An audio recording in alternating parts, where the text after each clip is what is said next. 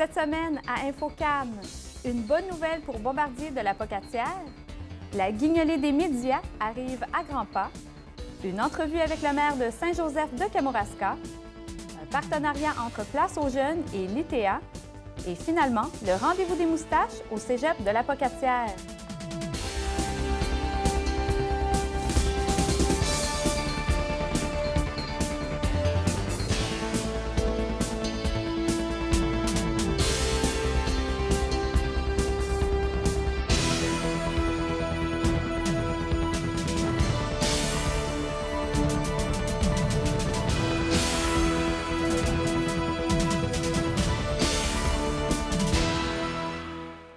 Bienvenue à votre bulletin local et régional InfoCam. Commençons tout d'abord l'émission avec un court extrait d'une conférence de presse donnée le 25 novembre dernier chez Bombardier à la Pocatière. Une nouvelle des plus attendues. Je suis contente d'être parmi vous pour participer à cette présentation historique. Chaque jour, notre gouvernement travaille à renforcer le Québec.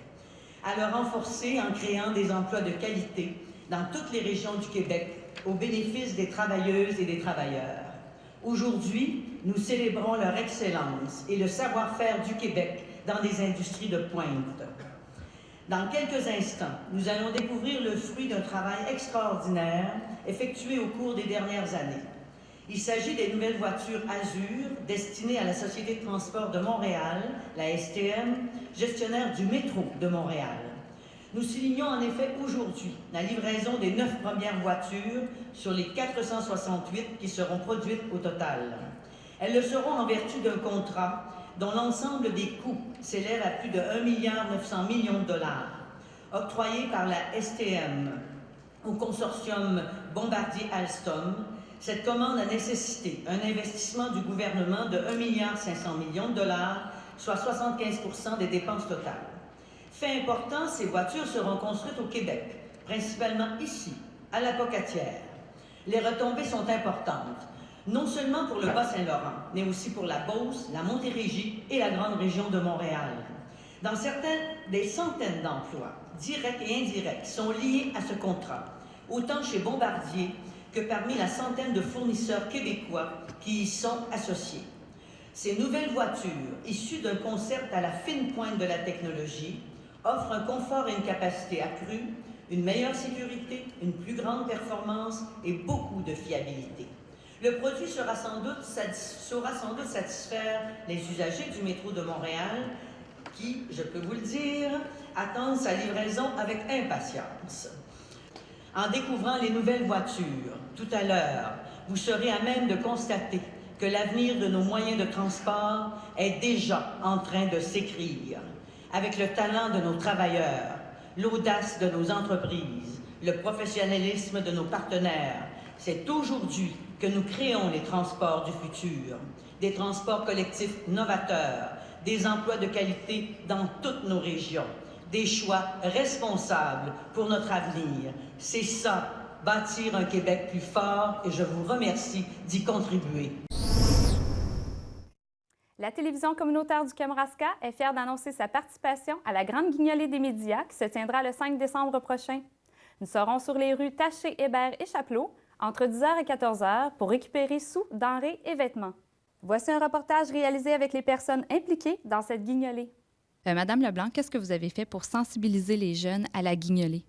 Bien, dans un premier temps, il faut savoir que les élèves avaient déjà été sensibilisés cet automne à la pauvreté, car ils ont participé à une campagne contre la faim menée par Financement agricole Canada. Donc, on avait déjà bien longuement discuté du sujet en salle de classe.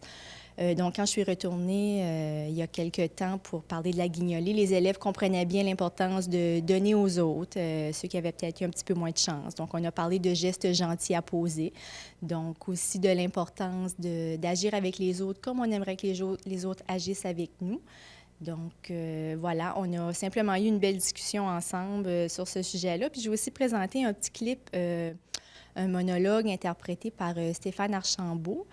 C'est un petit montage qui avait été réalisé par une agence de communication du coin de Montréal. Donc, c'est un clip qui traite de la pauvreté, de la faim et qui explique essentiellement que quand on entend quand les estomacs crient famine et que personne ne répond à l'appel, c'est parce que le cœur du village est sourd.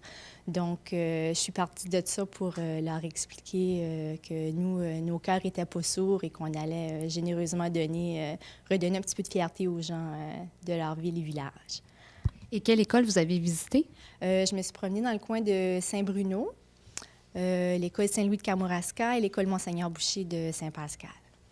Et est-ce que les élèves étaient réceptifs à ce genre de choses? Très réceptifs, comme je vous ai dit, étant donné qu'ils avaient été bien sensibilisés en début d'année avec la campagne contre la faim. Ils étaient très, très contents de donner à nouveau.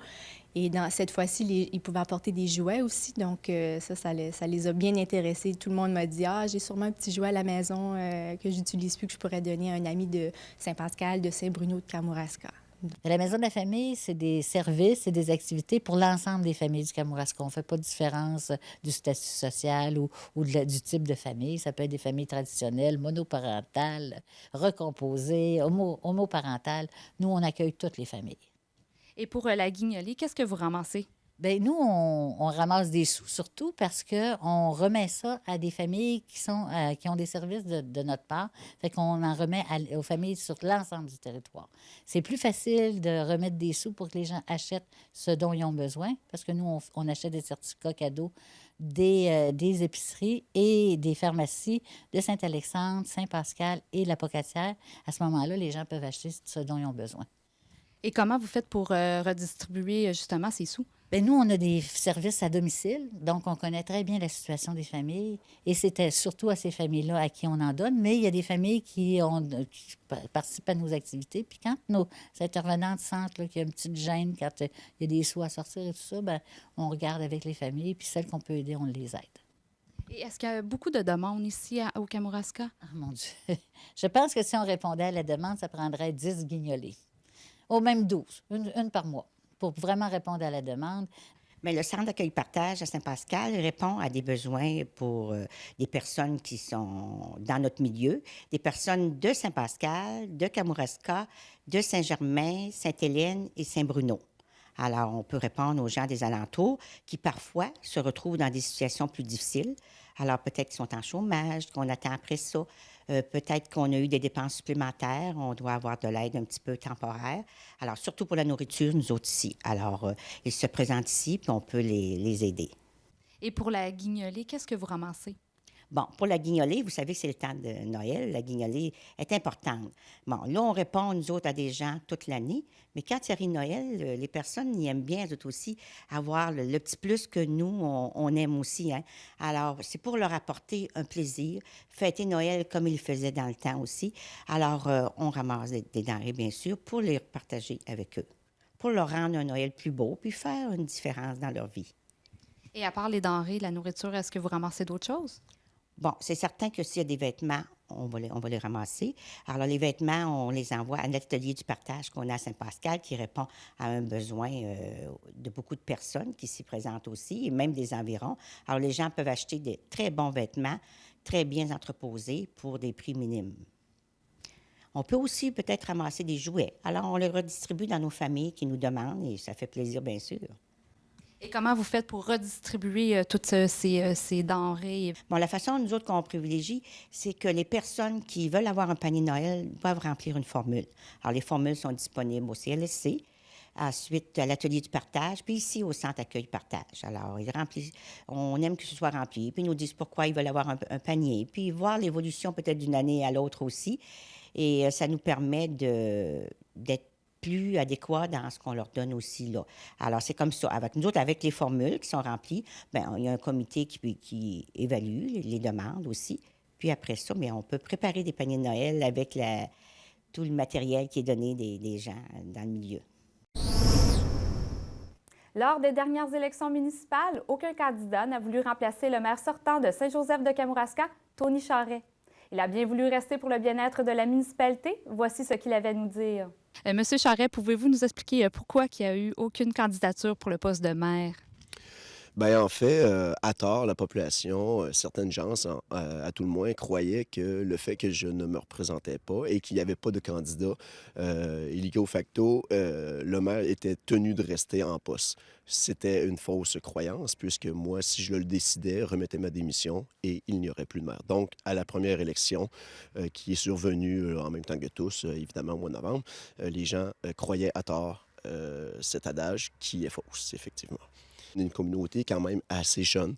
Ils ont toute une réalité avec des jeunes enfants, des jeunes familles. Ils ont toute leur implication sociale, évidemment. Puis le temps qu'un maire, une mairesse passe à une municipalité juste en lecture, en prise de connaissance de dossier, ça a un impact, ça a un minimum de temps à donner. Puis on le sait tous, on court tout un peu, évidemment, dans nos vies. Puis d'en donner davantage encore à un autre organisme ou à notre communauté, c'est des fois accaparant. J'en conviens. Ça fait que c'est un des points qui pourrait être mis sur table pour considérer que la non-présence de candidature, ce serait un facteur là, à considérer effectivement. Et pourquoi avez-vous décidé de rester? Bien, c'est un petit peu pour ma conscience municipale, appelons-la ainsi. C'est des gens qu'on connaît, c'est une communauté qu'on travaille fort. Il y a des belles réalisations qui se sont passées, des beaux projets qui ont été à terme. Puis, on a eu un conseil quand même renouvelé, là, 5 sur 6 nouveaux conseillers, une directrice générale fort compétente, mais qui est arrivée en poste au mois de juin. Donc, beaucoup de mouvements de personnel. Un employé municipal aussi, notre employé municipal qui est arrivé tout dernièrement. Donc, ça faisait beaucoup d'éléments avec un nouveau conseil. La période présente, c'est le budget au niveau des budgets municipaux. Donc, c'est compliqué. C'est pas nécessairement compliqué, mais c'est une période où est-ce qu'elle est un peu plus critique. Donc, je me voyais mal délaisser ces personnes-là de la communauté. Donc, par conscience personnelle, j'ai décidé d'accompagner tout ce beau monde-là qui est fort intéressant de travailler avec eux, justement. Et est-ce qu'il va y avoir d'autres élections prochainement? Oui, nous, on a émis au Mamro après la deuxième élection, quand il n'y a pas eu de candidat non plus. Par contre, à la période, puisque j'accompagne le conseil municipal présentement pour les budgets municipaux, comme je vous disais précédemment, on a signifié au Mamro qu'avant la période des fêtes, c'était un peu tiré par les cheveux, si passez-moi l'expression. Donc, on ira fort possiblement là, après la période des fêtes, soit en janvier, si élection il y a vers le février, à moins que quelqu'un lève la main et dise « moi, je serais prêt ». Donc, le Mamro, via le ministre attitré aux affaires municipales, pourrait d'emblée de jeu le nommer sans aller en élection nécessairement. Il y aurait le pouvoir de le faire. Et si jamais il n'y a pas d'autres candidatures, est-ce que vous allez rester? Pour être honnête avec vous, je suis de retour en réflexion. C'est un scoop que je vous donne. Avec le nouveau conseil, on a attribué beaucoup de tâches aux conseillers et conseillères qui sont présents. On a une belle gang, c'est des jeunes gens. On a un conseil très jeune, très dynamique, fort intéressant. C'est des choses avec une directrice fort intéressante aussi à travailler, qui a connaissance des dossiers depuis longue date. Donc, c'est des choses que je ne peux pas pousser du revers de la main, mais idéalement, j'aurais aimé passer le flambeau à quelqu'un d'autre. Mais me lançant une fleur peut-être, allons-y ainsi. S'il n'y a eu personne, il faut croire que le travail effectué précédemment n'avait pas été si mauvais. Place aux jeunes s'est associé avec l'ITA pour faire découvrir le Kamouraska aux étudiants en technologie des procédés et de la qualité des aliments. Nous avons rencontré Nora Adala, chef d'équipe et enseignante, ainsi que Chloé Chéné, agente de migration de Place aux jeunes. Tout d'abord, parlez-nous du programme Technologie des procédés et de la qualité des aliments. Donc, c'est un programme qui est assez récent ici en région. Ça fait 11 années qu'il se donne ici à l'ITA, à campus La Pocatière. Donc, on forme des technologues qui vont travailler en transformation alimentaire. Donc, leur rôle, ça va être de faire du contrôle qualité, l'inspection des aliments, faire le suivi des procédés de transformation, que ce soit pour les produits laitiers, produits carnés, les végétaux ou encore les produits de boulangerie. Et en quoi consistait l'activité à la découverte de Kamouraska? Okay. À vrai dire, cette activité vient se joindre à tout ce qu'on met en place pour rendre les études ici au campus plus attrayantes pour nos étudiants.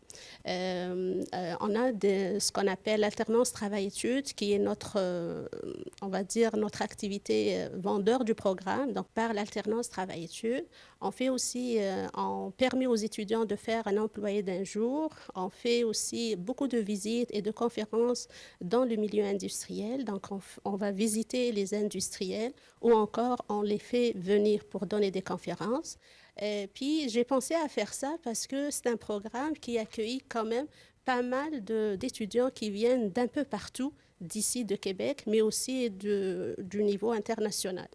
Donc, faire découvrir la région à ces étudiants-là. Et plus en détail, où vous avez été visité dans le Kamouraska?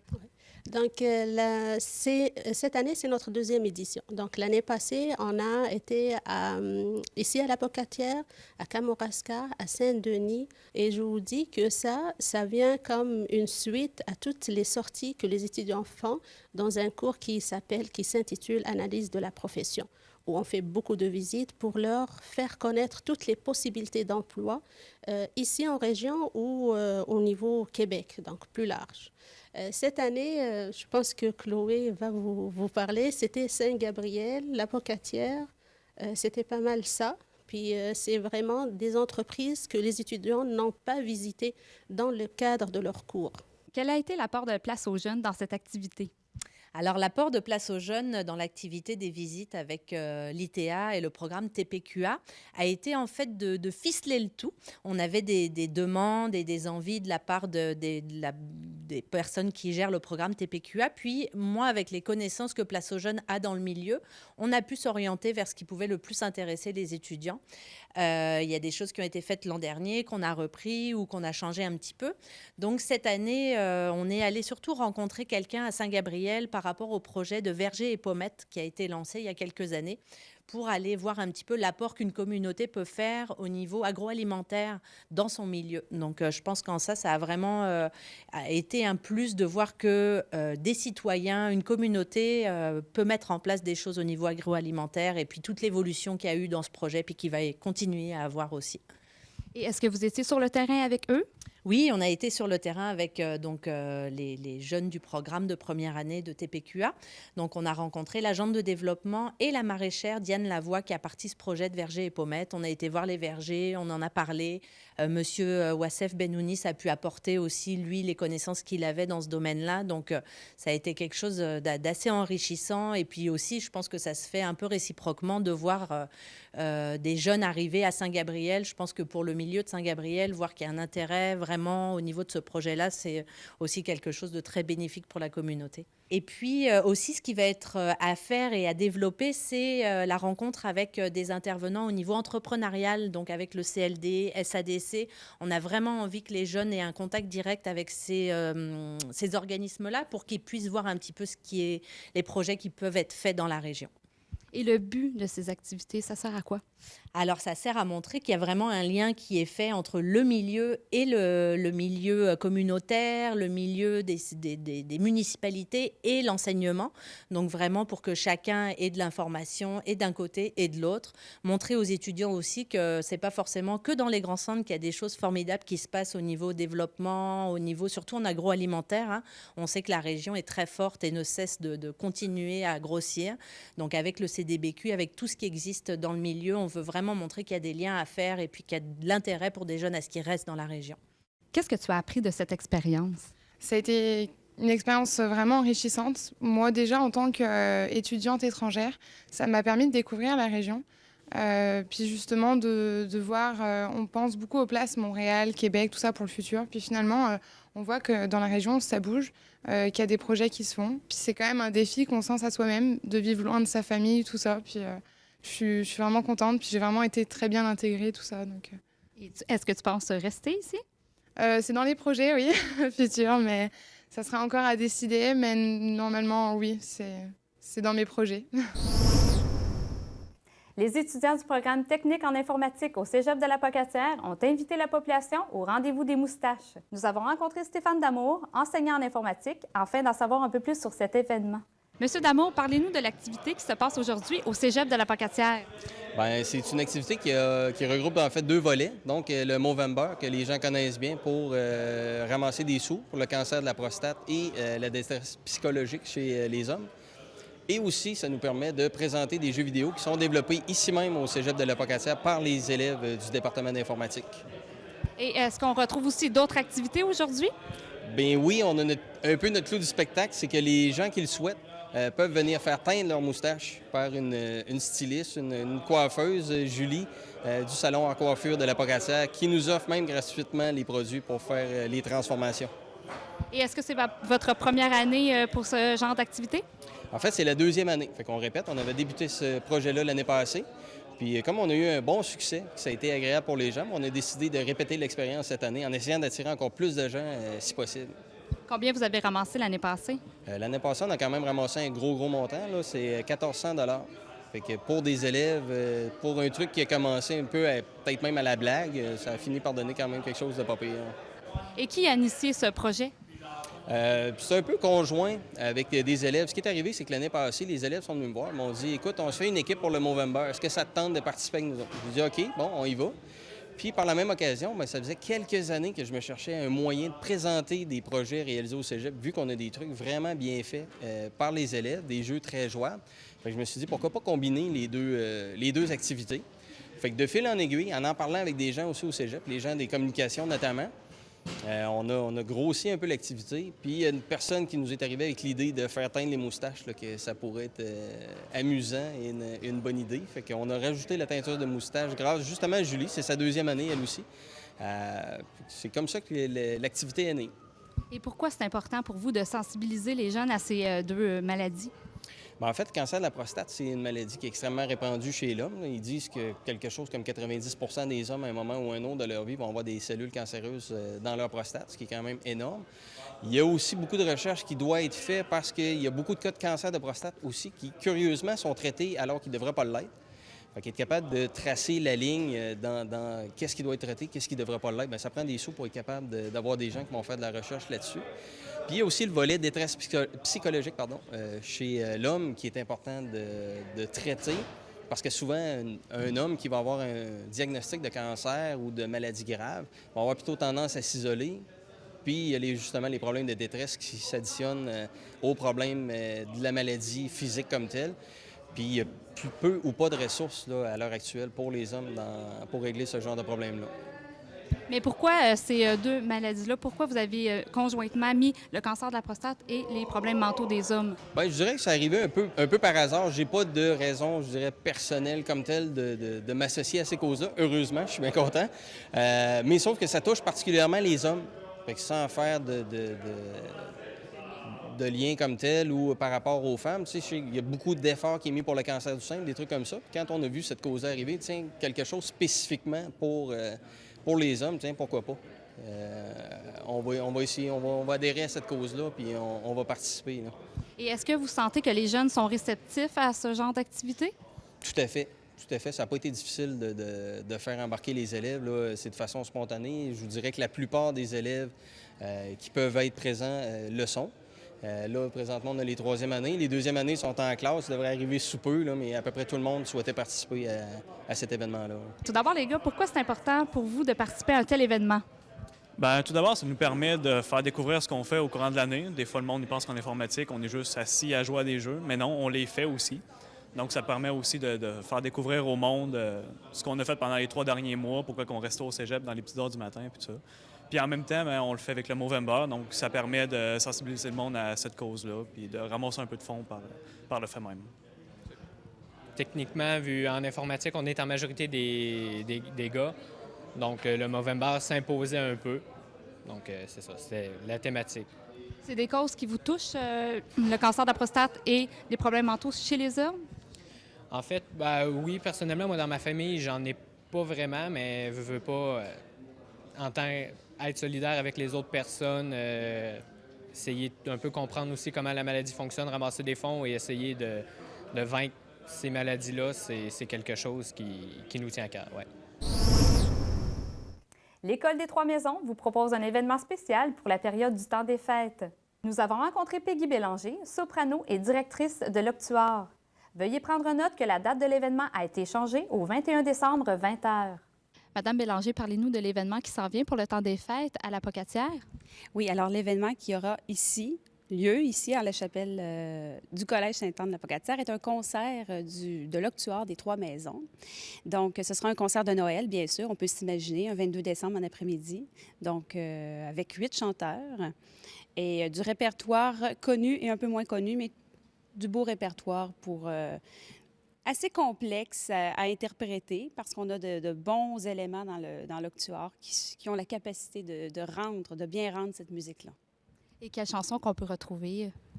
Bien, entre autres, les chansons qu'on va retrouver, ça va être la messe de Charpentier, une messe de Noël qui avait été écrite vraiment pour l'occasion de Noël, à être chantée justement dans une église.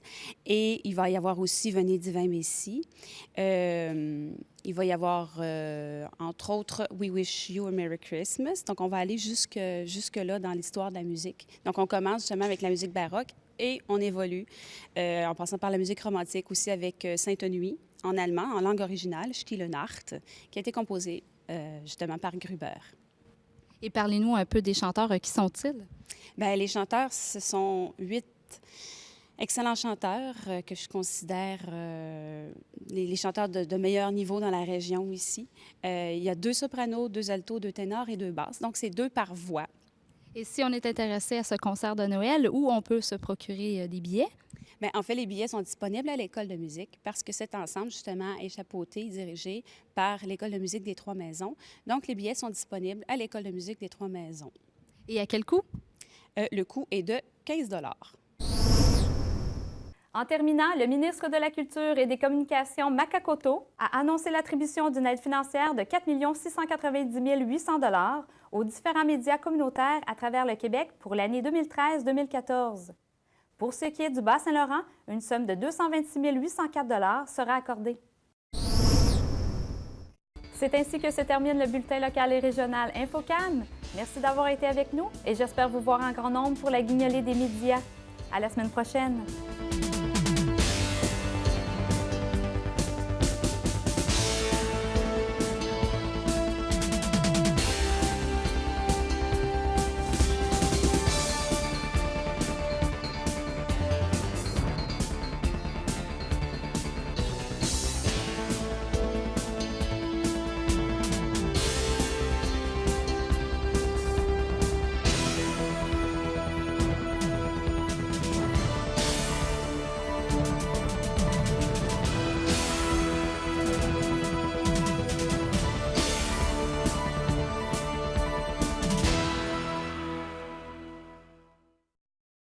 Mallette de Saint-Pascal est fière d'être associée à cette émission. Mallette, 470 Avenue Chapelot à Saint-Pascal, 88 492 3515.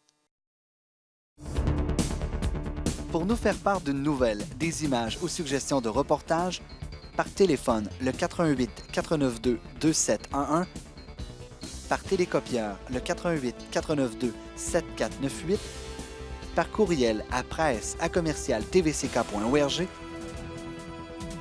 et par Internet au www.tvck.org.